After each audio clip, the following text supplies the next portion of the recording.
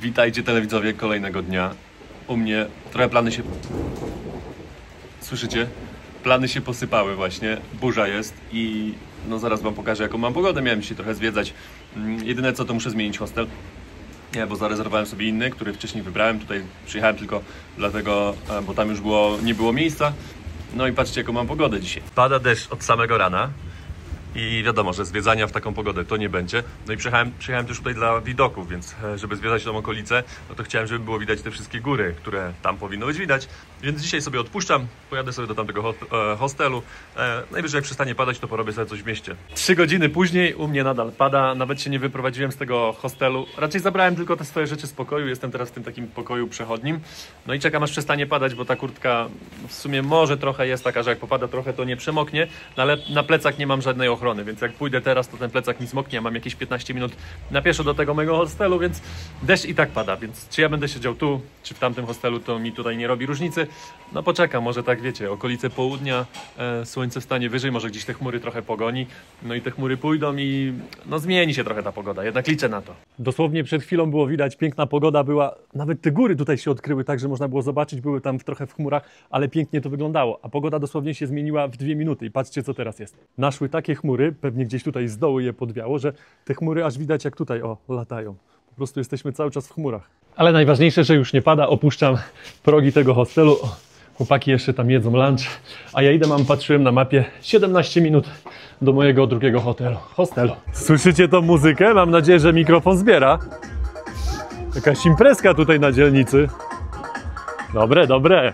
Wygląda na to, że poszedłem nie w tą stronę co trzeba, ale przy okazji odkryłem, że tutaj zobaczcie, z ulicy to pewnie ścieka, muszę iść tam na górę, bo tam widzę jest główna ulica, ale na pewno nie w tą stronę co ja idę. No i patrzcie ile śmieci, ciuchów, to wszystko ścieka tutaj. No i leci tam dół, tutaj też patrzcie, nikt tego nie sprząta, ile to jest śmieci porozwalanych.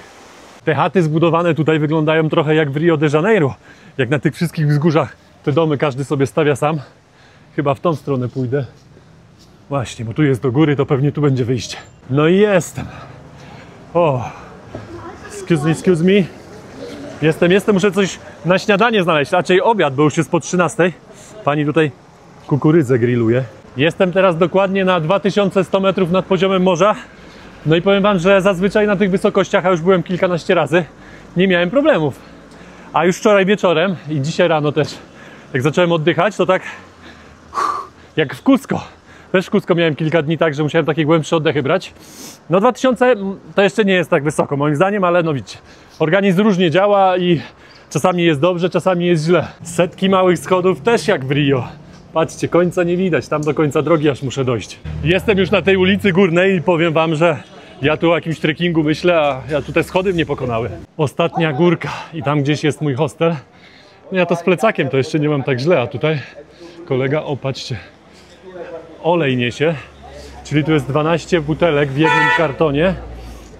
A ile ten karton ma? Szybko sprawdzę, ile butelka ma. No tak wygląda, jakby to litrowa butelka była. Więc zobaczcie, ile ma. Raz, 2, 3, 4, 5, 6 kartonów. No to nieźle. A tak się nazywa mój nowy hostel. Ładnie wygląda z zewnątrz, powiem wam. Taki zadbany. O, jestem już w środku. Proszę bardzo, i kawę mają. Pokażę wam teraz mój hostel za 56 zł na 2 nocki. Patrzcie, jaka fajna przestrzeń. Tutaj widzę, że w tych hostelach to i gitary są takie, wiecie, żeby sobie tutaj fajnie się zrelaksować wieczorem. Są łazienki z boku. Tutaj jest jeden pokój po lewej stronie, ale to nie mój. Pokażę wam, o, tutaj też jest kolejna łazienka. I to jest mój pokój. 2, 4, 6, 8, 9 łóżek w pokoju. Ja wybrałem sobie te łóżko, bo tutaj jest większa przestrzeń, tutaj i tutaj z tej strony, kontakt tam przy głowie, także spoko. Mam też tutaj szafeczkę, jestem zadowolony i tutaj pewnie jest ta ulica. O, firanki trochę takie w grzybku widzę. To jest ulica, którą przyszedłem. O, znowu się góry odkrywają, pięknie. Daleko jeszcze do ideału, ale zobaczcie, no te góry trochę się odsłaniają. I tam, w tamtą stronę Kanchanjongę widać, jak jest dobra przejrzystość. Idę coś zjeść, bo jeszcze nie jadłem dzisiaj nic na obiad. I poza tym muszę jeszcze załatwić sobie jedno pozwolenie, bo żeby wjechać do stanu Sikkim, to jest ostatni stan przed granicą z, no dobra, uznajmy to z Tybetem, nie z Chinami, bo wiadomo, że Chiny aneksowały sobie, znaczy one tak uznają Chiny, że to jest ich Tybet, No i żeby tam wjechać, potrzebne jest też specjalne pozwolenie, więc trzeba go sobie załatwić albo po drodze, to zależy też, którą się drogą jedzie, bo ponoć nie wszystkimi drogami da się to załatwić, no albo tutaj w tym mieście, więc może uda mi się załatwić to tutaj dzisiaj, już mam 3,5 km, żeby zajść do tego tam biura. No zobaczymy, jak się ten dzień dzisiaj ułoży. A na takiej dzielnicy dzisiaj mieszkam. Jest taki miks. Właśnie trochę takich budynków starych, ale też są, o właśnie, tak jakby nawet, no teraz już go nie widać. Tutaj taki ładny hotel jest z boku, widzicie, ten biały. Oj, zresztą ten też jest taki trochę lepszy. No, ale te tereny, które są właśnie, pozostawione jakieś takie restauracyjki, dalej lokalne, nie, że ktoś tutaj inwestuje pieniądze, no to trochę zaniedbane jest. Spotkałem też Polaka w tej miejscowości, czego się, no nie spodziewałem. Idę, nagrywam, usłyszał polski język, odwrócił się, zagadał, pogadaliśmy chwilę. Jak oglądasz, to pozdrawiam. No i też został sobie tutaj dłużej, bo przyjechał dla widoków, a widoków nie ma i też mówi, że chciał zobaczyć Kanchanjungę. No jeszcze nie widział przez te chmury. Żeby dojść do tego biura i załatwić sobie te pozwolenie, no w ogóle trzeba mieć też zdjęcie, żeby oni tam jakąś formę sobie to wkleili, no to muszę przejść przez tą tutaj główną, najgłówniejszą ulicę. Znaczy można też jakimiś tam pobocznymi, ale ja idę tutaj. Nie wiem, co jest dzisiaj, ale dzisiaj jestem jakiś wywalony. Nie wiem, przez to właśnie, że ciężko mi się tutaj oddycha, a to tylko 2000 kilometrów, 2000 metrów. No, a że idę tą ulicą, a tu jest jakaś kawiarnia, więc zaraz sobie strzelę kawę. Trochę dzisiaj popadało i ładne błoto się zrobiło na tych uliczkach, ale to pewnie z tego kosza tu wszystko wyleciało, no bo tutaj dalej już jest ok. Ostatnio byłem pod tą restauracją i chciałem spróbować tajfu. Jeszcze nie jadłem, robią tylko z wołowiny, więc mi to pasuje. No jak wiecie, w Indiach ciężko dostać wołowinę, a tutaj akurat ją podają. Zobaczcie, jak wygląda restauracja. Dosłownie jeden stół i jeszcze tam z boku można tylko zjeść. O, tutaj pan na bieżąco klei momosy. Nie zdążyłem nagrać, jak kolega nakłada. Zobaczcie, tak wygląda moje tajfu z zupą. Tak się prezentuje mój zestaw. Zupy mają bardzo jałowe, takie kurczę, jakbyście ugotowali samą marchewkę i pietruszkę i nic więcej. Jakieś zioło, ja sobie dolałem trochę sosu sojowego, tu jest ostre chili, można sobie jeszcze to dosolić. To trochę wygląda jak taki parowaniec w Polsce, jak się robiło. A tak wygląda tajfu w środku. Mięso mielone, tu jest cebula i jeszcze kawałek jajka tutaj jest. No to dokładnie, to wygląda jak taki parowaniec, tylko trochę gruby. Powiem wam, że to jest bardzo dobre. Soczyste w środku, przez to, że ta pewnie, o zobaczcie, wołowina jest zrobiona tak, że jak robicie mięso mielone, że kotlety też są soczyste, tylko ja nie chcę zjeść tego całego ciasta, bo to, wiecie, sporo węglowodanów, no to domówiłem sobie jeszcze takie pierożki, też z wołowiną. Tajfu powiedzmy, że zjedzone, wyjadłem mięso, zostawiłem tą bułę, o jeszcze trochę mięsa tu zostało, więc jeszcze skubnę. Teraz czas na momosy. Z wołowiną jeszcze nie jadłem, a ta wołowina, powiem wam, bardzo dobrze wygląda. I oczywiście tu musi być do tego też czerwony, ostry sos.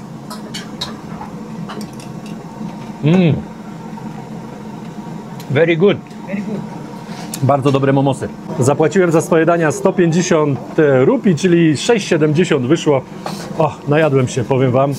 Do tego nie zjadłem ciasta, zobaczcie, no bo to taką kluchę owalić, no to trzeba być dobrym zawodnikiem, do tego jeszcze te pierożki. Wczoraj takiemu starszemu panu obiecałem, że kupię u niego samosę, no i jakoś nie kupiłem, więc idę teraz to zrobić. O, mam nadzieję, że ma.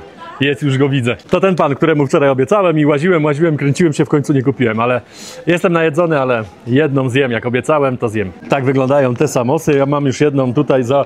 Thank you.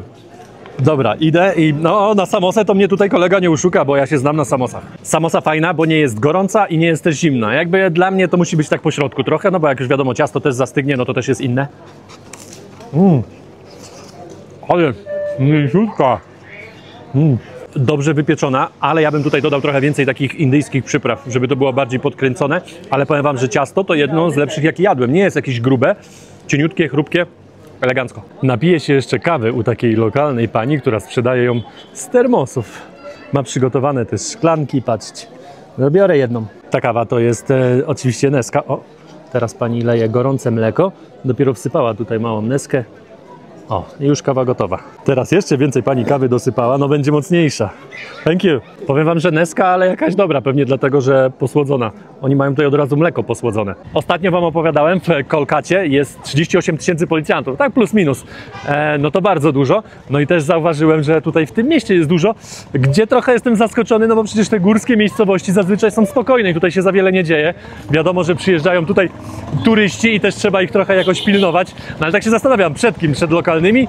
No i tak, nie wiem, no myślę sobie o tym, dlaczego tych policjantów jest ogólnie tyle na ulicach. Czy kiedyś było niebezpiecznie i oni ich po prostu teraz utemperowali i no powiedzmy względnie bezpiecznie jest w tych Indiach i teraz po prostu pokazują swoją władzę, czy po prostu rząd pokazuje swoją siłę. No i tych popatrz, no, wszędzie są policjanci. Nawet tutaj jakiś policjant stoi, jakieś policyjne samochody. Także nie wiem, nie odpowiedziałem sobie na pytanie, dlaczego tych policjantów jest tyle na ulicach. A wyglądają jak wojskowi. Teraz chodzę na Google Maps, ale muszę sobie ściągnąć ponownie Maps.me, no bo jednak ten Google nie pokazuje dokładnie i tak pokazuje wyżej te uliczki i czasami pokazuje, że jest się na tej, czasami na tej, więc mi się wydaje, że Maps.me tutaj mi dużo pomoże, bo zobaczcie, te uliczki są takie, że no i weźcie idźcie teraz, tak? A na Google jak pokazuje, no to pokazuje nawet gdzieś z boku, albo jednej, albo drugiej, albo po środku. I o tym właśnie mówiłem. Poszedłem w tą, bo myślałem, że dobrze pokazuje, a okazało się, jak przeszedłem kawałek, że jednak schodzę z trasy i muszę iść w tą. Więc myślę, że jednak ten Maps.me będzie ok. A śmieci to tutaj wywalają jak kiedyś w Polsce. Pamiętam, u mnie na wsi tak samo był takie miejsce, gdzie się po prostu wynosiło śmieci i ktoś to później przyjeżdżał raz tam na miesiąc i wyciągali te śmieci. Już wam wcześniej wspomniałem, że to wygląda trochę jak w Rio i patrzcie, no jedna skarpa i już są jakieś domy. No tutaj tam na dole zaraz wam pokażę. O, tu jest już podłoga, tutaj już jest balkon drugiego, więc widzicie, jakie tu są różnice poziomów. No i zobaczcie, mi to trochę wygląda na takie samowolkę, nie? To nie wiem, czy oni tu potrzebują jakieś pozwolenia. Może tam coś się zmienia i teraz gdzieś tam te pozwolenia, ale kiedyś to myślę, jak oni to budowali, no to tutaj nic nie potrzebne było. Zresztą to też, zobaczcie. No nie wiem, czy to tak powinien wyglądać budynek? Może i tak. W całym tym miasteczku leżą takie odkryte rury. No i tak się zastanawiam, pewnie woda, no bo to nie jest jakaś kanalizacja, bo one są za cienkie, więc pewnie wodę doprowadzają do różnych tutaj tych swoich posesji. No ale dlaczego one takie poodkrywane? O, dziewczyny wracają ze szkoły. Akurat chyba lekcje pokończyli, bo widzę, że różne mundurki, więc pewnie z różnych szkół wracają dzieciaki. No i patrzcie, weźcie się tutaj połapcie, jak jakaś rura pęknie, no to jak tu się połapiecie, która to rura, weźcie to znajdźcie, to przecież, no nie wiem, trzeba iść i po prostu szukać. Tutaj też sporo policjantów stoi na takich wąskich drogach i kierują ruchem, wiedzą gdzie mają stać, no bo powiem wam, że Hindusi są tacy, że oni po prostu chcą być pierwsi, tak? I nie patrzą na to, kto jest z przodu, kto jest z tyłu, oni trąbią, jadą, po prostu muszą być pierwsi. No i często przez takie głupoty tworzą się korki, jak ktoś nie współpracuje właśnie w takich momentach. Dobra, kolego, poczekasz, to ja przejdę, dzięki. No to wtedy się robią takie korki, więc policjanci ich tutaj trochę ganiają, więc w sumie to dobrze. Jeżeli chcecie pojechać z Darjeeling do Sikkim, no to musicie przyjść tutaj i załatwić sobie te pozwolenie. Mam nadzieję, że mi się to uda załatwić tak po prostu od ręki. Jestem tutaj w środku, jest tutaj trochę policjantów i no oni nie wiedzą tutaj, jeden drugiego, a tutaj kolega jeszcze mi macha. Piąteczka, pozdrawia. Macha, oni nie wiedzą, tu mówi zamknięty, jutro też zamknięty, mówi przyjdź jutro. Mówi dobra, chodź jeszcze, ten mówi do mnie, pójdziemy zapytać tam już do tego biura, żeby być pewnym. Zobaczcie jaki ładny budynek, tutaj też jest jakieś biuro. Office, gdzie jedziemy? Czy gdzieś tam pewnie, tam coś pan pokazuje. Tutaj tak mało ludzi przychodzi po te pozwolenia, że oni nawet nie wiedzą. Wyobrażacie sobie? Goście, którzy tam stoją, w jakichś tam biurach są. Jest napisane jak byk. Poszliśmy na górę, kolega tam pozaglądał w te biura. W te biura pozaglądał, oczywiście za taką firaną. No nie ma nikogo, mówi przyjdź jutro. No to na Google jest, że do 17 mają otwarte, a jest godzina 15:30, a tutaj nikogo już nie ma. To wszystko tutaj to są rządowe budynki i zobaczcie, no u nas jest niedopuszczalne, żeby pod jakimiś rządowymi budynkami w ogóle taki samochód stał. Widać, że on już stoi tutaj dużo. Tu jakieś worki stare z ziemią, czy nawet nie wiem z czym już. Tu kolejny samochód stoi rozwalony, tu kolejny. Tutaj też jakiś rozpierdziel. Tutaj coś remontują, to okej, to rozumiem, nie? Ale tak to zobaczcie, no to przecież to wszystko by było wywiezione u nas już dawno. Zresztą nie można by było czegoś takiego zostawić, żeby on stał tutaj tyle czasu. Przecież on tu pewnie kilka lat stoi. Zresztą, co, no patrzcie. On tutaj nie stoi miesiąc czasu. A co najlepsze, że zobaczcie, niebieskie niebo się pojawiło, super, od razu ściągnąłem kurtkę. Słońce się trochę przebija z tej strony. No akurat tutaj jest za chmurą teraz. No ale ważne, że jest no niebiesko. Mam nadzieję, że to będzie w ogóle gdzieś przegonione już i jutro będzie dobra pogoda, będzie można coś porobić. Zobaczcie, pan się teraz szykuje do tego, żeby tą butlę nieść. No jedna butla to jeszcze nie wyczyn. No tutaj wiem, że noszą po dwie. Widziałem nawet. O, na głowę. Najgorzej wstać, a później już pójdzie jakoś. No powiem wam, to oni są mistrzowie świata. Co tam taka butla? Kolega ma jeszcze swój plecak. Też widać, że nie lekki. Przyszedłem jeszcze na stację po drodze, zobaczcie, tyle rupii, 4,73 kosztuje litr benzyny, no trochę mniej kosztuje diesel. Muszę jeszcze z kibelka skorzystać, takiego publicznego. O, tutaj jest restauracja, zobaczcie. jeden palniczek czy dwa, jeden stolik i pan gotuje tu pewnie jakieś momosy. Widzę, że tutaj jest, tutaj jest latryna miejska. A tak wyglądają miejskie kibelki. Chcecie się przejść po następnym? 5 rupii kosztuje taki kibelek, czyli 22 grosze. No myślę, że w porównaniu do Polski 4-5 zł w Zakopanem, bo uznajmy, że to jest takie Zakopane trochę, bo to taka miejscowość turystyczna. Powiem wam, że świetnie to jest rozwiązane. Tutaj są autobusy, które dojeżdżają do takich większych miejscowości, 2 czy może 3, a tutaj, zobaczcie, reszta, te wszystkie jeepy, co tutaj są, jakieś prywatne samochody, mają napisy, do jakich miejscowości dojeżdżają. No i rynek sam się tutaj kształtuje. Prywatnie ktoś to jeździ, patrzcie, wystawiają takie ogłoszenie miejscowości, do jakich miejscowości jedzie. Tutaj kolega wystawił w języku hindi, tak mi się wydaje, więc nawet nie wiem, gdzie on jedzie. Patrzcie, jest znany znak. Tutaj następne jakaś miejscowość. Tutaj to kolega załadował sobie ludzi, patrzcie. Jeszcze tam dociska, no, żeby jak najwięcej kasy wziąć za to. Zaraz zobaczymy z drugiej strony. Upchane ładnie tutaj. 4 osoby tutaj i jeszcze 4 tutaj, no. O, jeszcze z tyłu ktoś chce wsiąść? No ładnie. Pani zrobiła pranie, no zdążyła się teraz schować i ma rozścielony tam taki koc jakiś i suszy sobie pranie. O, jeszcze nawet woda kapie z tego małego parapetu, suszy sobie pranie na tym daszku. Teraz jesteśmy w miejscowości Darjeeling, a ja chcę jechać do Gangtok. No i tutaj, tutaj są kierowcy, którzy jeżdżą, zajmują się tym na co dzień i powiedzieli mi, że na granicy Sikkim z Bengalem Zachodnim, tutaj gdzie, bo to jest stan Bengal Zachodni, a ja chcę wjechać do Sikkim, mówi, że bez problemu tam sobie załatwię, tylko potrzebuję zdjęcie właśnie i paszport, i w paszporcie muszę mieć wizę, ale to już mam, więc mogę to załatwić sobie właśnie na granicy, bo tam to sprawdzają. Jak będziecie w Darjeeling, to nie martwcie się o bankomaty i to jest akurat ten bank S-Baby, który daje pieniądze bez żadnej prowizji, jeżeli chodzi o Revolut. Jak macie Revoluta, no to spokojnie możecie wybierać. Zobaczcie, co ludzie tutaj sprzedają. Dobra, pokażę wam. To jest kurkuma, to znam. Tak mi się przynajmniej wydaje. Zobaczcie, tutaj też coś podobne do imbiru kurkumy, ale już jakieś niebieskie. Pachnie imbirem. Tutaj to wygląda jak jakieś kasztany. To gałka muszkatołowa? Nie. To też nie wiem, to też jakieś coś suszone. No, ludzie gór wam powiem i zobaczcie. Tutaj też jakieś zioło. Zaraz zobaczę, jak to pachnie. Dziwne. Kolega mi powiedział, że to jest kurkuma, a że to jest czarna kurkuma, tak się nazywa. Zobaczcie, jaka kukurydza. Tutaj jaka fasola drobna i kolorowa. Trochę dalej pani sprzedaje jakieś zioła i patrz, takie zioło. Po raz pierwszy widzę takie zioła. Biorę herbatę. Pani mówi, że to jest właśnie z tego rejonu, Darjeeling, zobaczcie. No mówi, że to jest tegoroczna, więc to też jest ważne, bo widziałem w sklepach mają z tamtego roku. Biorę 50 gram, po 50 gram, wezmę 2 dla Maryjki, bo ja tak herbatę to nie parzę. Za 100 gram herbaty zapłaciłem 2,20, czyli 50 rupii. Zobacz, jak ona bardzo ładnie wygląda. Wygląda na taką świeżą herbatę. Usiadłem sobie na ławce na chwilę relaksu, akurat słońce mi tutaj fajnie w twarz świeci, tam powinny być góry, ale ich nie ma. No i podszedł do mnie pan i się pyta, czy chce herbaty. No to powiedziałem, żeby mi nalał za 10 rupii taki kubeczek. 45 groszy. Lej panie tam. Jest. Pan myślał, że zdjęcie chyba robię. Herbata oczywiście z mlekiem, czaj i podejrzewam, że będzie słodka od razu. Przemiły pan już szedł do domu, jakby ostatniego klienta chyba mnie złapał, bo mówi pi. Mówi szybko, szybko, żeby mi tutaj jeszcze dolać, bo już końcówkę mi wylał. O, i tam mi jeszcze pokazuje, to już wiem, do kosza. Pan mówi, że to trzeba do kosza wyrzucić. Tak, takie rzeczy to my wiemy, no takie rzeczy to można Hindusów uczyć. Tutaj macie upamiętnienie Tenzinga. To jest pierwszy Sherpa, który wszedł na Mount Everest w 53. Tu jest nawet godzina o 11:30. On wszedł razem z Hilarym, z tego co pamiętam, z Nowej Zelandii. Stoję tutaj z grupą ludzi, oni obserwują i oni mówią, widzicie na środku taką białą górkę, małą plamkę? No to ponoć jest Kanchanjunga. To jest 3. najwyższy szczyt na świecie, 2. w Himalajach. No mało widoczny, ale gdzieś tam się przebija. Ale coś mi tutaj nie gra. Oni mi tutaj powiedzieli, oni są turystami, więc coś mi wydaje się, że oni nie wiedzą do końca, bo sprawdziłem na mapie, jak patrzycie na Google, to możecie patrzeć swój kierunek, gdzie jesteście. Jest taka niebieska łuna. No i w ogóle w drugą stronę, czy może nie w ogóle w drugą stronę, ale sporo w bok jest Kanchanjunga, więc mi się wydaje, że to nie było to. Jak już wam mówiłem, nie udało mi się tego pozwolenia załatwić, ale wciągnęło mnie to miasto i fajnie jest połazić sobie po tych uliczkach. Idzie się jedną, wchodzi się w drugą i zawsze się wychodzi w innym miejscu, także miejscowość na pewno mega mi zapadnie w pamięci, zapamiętam ją długo. Nie to, że jeszcze wyjeżdżam, tylko wzięło mnie na takie podsumowanie, bo teraz idę już do pokoju, chwilę się ogrzeję, chwilę odpocznę i później jeszcze wieczorem wyskoczę. Dzisiaj jest zdecydowanie zimniej niż wczoraj. Nawet para leci z ust.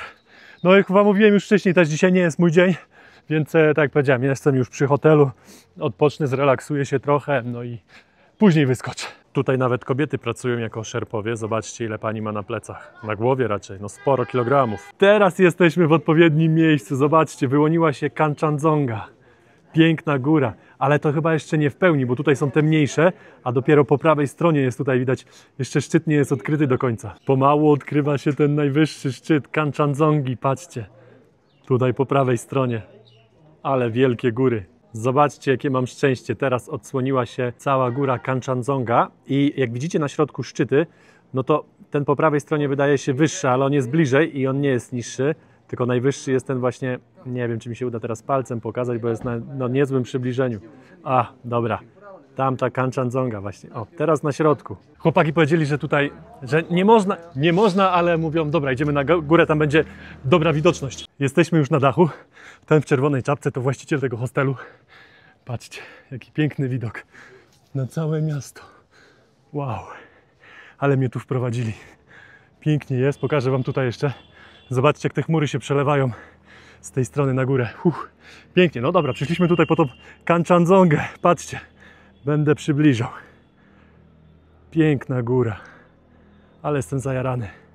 Ciężko ją dostrzec teraz w tym czasie, bo jak mówiłem, to chmury cały czas są. Dobra, już się nie będę jarał tą Kanchanjungą, tak? Ale jeszcze raz wam pokażę, tam jest. I zobaczcie, jakie tutaj są... To jest jakby jedno miasto, ale to wygląda jak małe wioseczki co jakiś czas. Tam taka mała wioseczka, tam kolejna i wszystko tak schodzi powoli, delikatnie w dół i z tej strony jest to samo. Małe, kolorowe daszki widać. Ok, to już ostatnie spojrzenie na Kanchanjungę. Ostatnie promienie na nią padają, bo słońce już coraz niżej. Posiedziałem trochę, może nie ciepłym, bo to wiadomo, że tutaj drzwi pootwierane, nadal tutaj te zimno leci, ale trochę cieplejszym wyszedłem, zobaczcie, już mam rumieńce. No i zimno, teraz tak wyskoczyć wieczorem, no to muszę zrobić jakiś spacer pod górkę i się rozgrzać. Idę na kolację. Powiem wam, że tego się nie spodziewałem. Ładowarka do samochodu w takim miejscu. No może dlatego, że tutaj jakiś taki ładniejszy hotel jest i droższy. O, już wam pokazuję, jak się nazywa. Nie wiem, czy mi tutaj złapie. Może tu gdzieś będzie nazwa. O, tak się nazywa. Jakbyście chcieli w trochę droższych, no to też są takie lepsze. O, no i mówię, no ta ładowara w takim miejscu. Zresztą tu nie ma parkingu, jest wąska droga. Chyba że gdzieś tutaj z boku sobie stanie ten mały samochód. Zobaczcie, to wygląda jak Krupówki w Zakopanem. Sporo ludzi wyszło teraz na kolację. No nie wiem, co to jest. Czwartek. Weekend się zbliża. Już wiem, dlaczego tutaj też takie tłumy, bo tutaj jest najsłynniejsza kawiarnia, herbaciarnia. Też można sobie jakieś ciastko zjeść, bo jest w takim brytyjskim stylu jeszcze zachowana. Zresztą nazwa też jest brytyjska. I oni sobie tutaj po prostu zdjęcia nawet przy tym robią, bo to takie dla nich fajne. Szukam dalej jedzenia i wywiało mnie jeszcze na jakieś tam uliczki, ale widzę, że tutaj już ciemno, żadne światła się nie palą. Właśnie wybiła godzina 21. Nie wiem, czy tu w ogóle tutaj nie ma tych lamp. Gdzieś tam, zależy na jakiej uliczce, to lampy są, ale tutaj akurat nie ma. Ślisko, bo tu cały czas mokro jest, bo te chmury tutaj cały czas nalatują. No i te chodniki to śliskie. W tym rejonie Indii bardzo popularne są takie małe knajpeczki, jak ja wam już pokazywałem. Czyli tutaj jest jeden stolik, tutaj za mną, raczej tu przede mną są jeszcze tylko dwa. No i tak ogólnie są tylko 3 do jedzenia stoliki, a ja siadłem tutaj, bo nie ma miejsca. Tu jest w ogóle stół bossa, tutaj kierownik zarządza wszystkim. Zobaczcie, ma tutaj porozkładane, zamówione już też jedzenie na wynos, także nawet nie mam gdzie zjeść, będę jadł pewnie na stoliku tutaj bossa. A widzę, że chłopaki teraz też przyszli z mojego hostelu. Pozdrawiamy, odebrać jedzenie na wynos, właśnie będą sobie jeść w hostelu. Okazało się, że kierownik chciał mnie chyba stąd wyrzucić, załadował moje jedzenie na wynos. Zresztą tutaj też nie ma miejsca i jest głośno, bo ludzie tu odbierają, więc też dobrze, że mi zapakował. Mam tutaj ziomków nowych, zapakował mi jedzenie i idę do hostelu zjeść. Chłopaki są z takiego stanu, gdzie ja chcę też jechać do tego stanu, więc zawsze podpytuję o jakieś miejscówki. Tak wygląda moja kolacja, ja się biorę za jedzenie. Ser, sos gravy to jest najlepsze, co może być i do tego placek.